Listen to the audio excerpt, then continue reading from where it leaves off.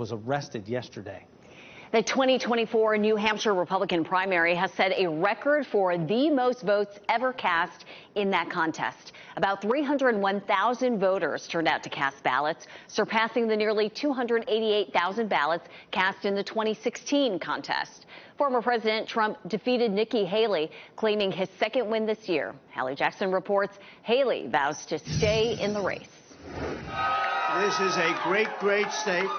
Former President Trump overnight on a winning streak and on attack after becoming the only Republican in a competitive primary to win both Iowa and now New Hampshire. This is not your typical victory speech, but let's not have somebody take a victory when she had a very bad night.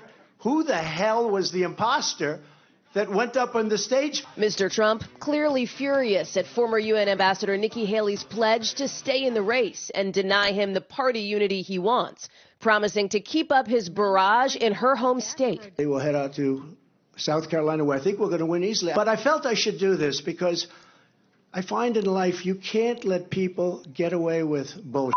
The former president even targeting Haley's appearance at her speech earlier that night. And when I watched her in the fancy dress, that probably wasn't so fancy. Haley speaking soon after the New Hampshire results came in, sharpening her attacks. With Donald Trump, Republicans have lost almost every competitive election. We lost the Senate. We lost the House. We lost the White House.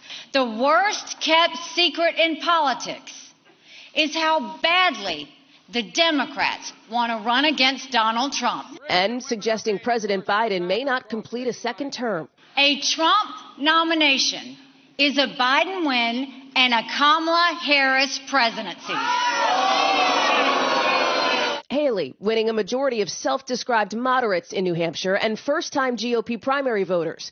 The former president dominating in New Hampshire among core Republican voters, including the majority of self-described conservatives. His march to the nomination appearing on pace despite the multiple indictments he faces.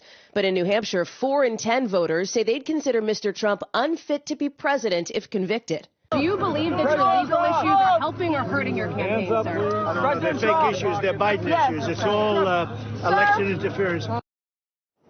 That was Hallie Jackson reporting. On the Democratic side, President Biden won New Hampshire's primary as a write-in candidate. A new report from the American Lung Association says the Biden administration